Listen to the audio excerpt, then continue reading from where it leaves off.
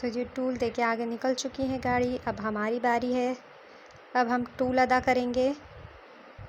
देखते हैं हमारा टूल कितना होता है।